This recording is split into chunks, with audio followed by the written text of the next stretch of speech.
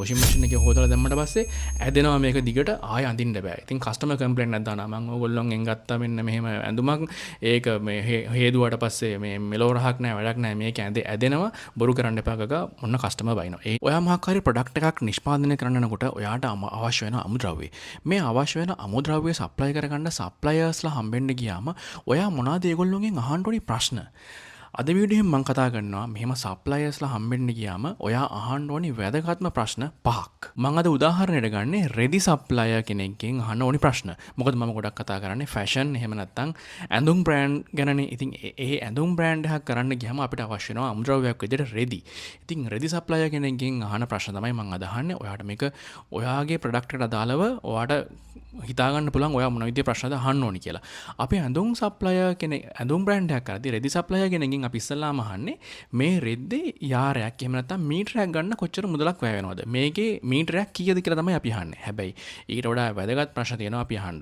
අපි යන් එකින් එක පිළිවෙලින්. පළවෙනි ප්‍රශ්නේ තමයි MOQ.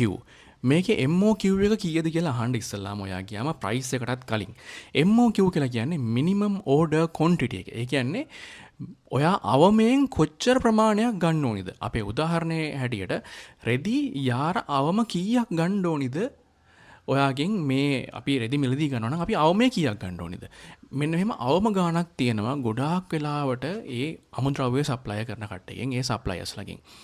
සමහරලාට කියනවා රෙදි මීටර 50ක් ඔයා අවම වශයෙන් මහත්තයා ගන්න ඕනි. එතකොට තමයි අපි ඕඩර් එකක් ප්ලේස් කරන්න කියලා කියනවා. අවම රෙදි මීටර 50යි ගන්න ඕනේ. ඊට අඩුවෙන් අපි දෙන්නේ නැහැ. අපි රෙදි මීටර 10 කෑලි 5 කෑලි අපි එහෙම ඒවා දෙන්නේ නැහැ. මේක අහලා තිබ්බේ නැත්නම් ඔයා හොඳට ෆැබ්‍රික් එකක් එහෙම සිලෙක්ට් කරගෙන ගිහිල්ලා රෙද්දක් හොඳට හදාගෙන ගිහිල්ලා මේ ඔක්කොම කළා කෝල් එකක් දීලා කියනවා මට මෙන්න මේ මීටර 10ක් එවන්න කියලා කියනවා. ඔයා ඔක්කොම හදලා ඉවරයි ඒ වෙද්දි.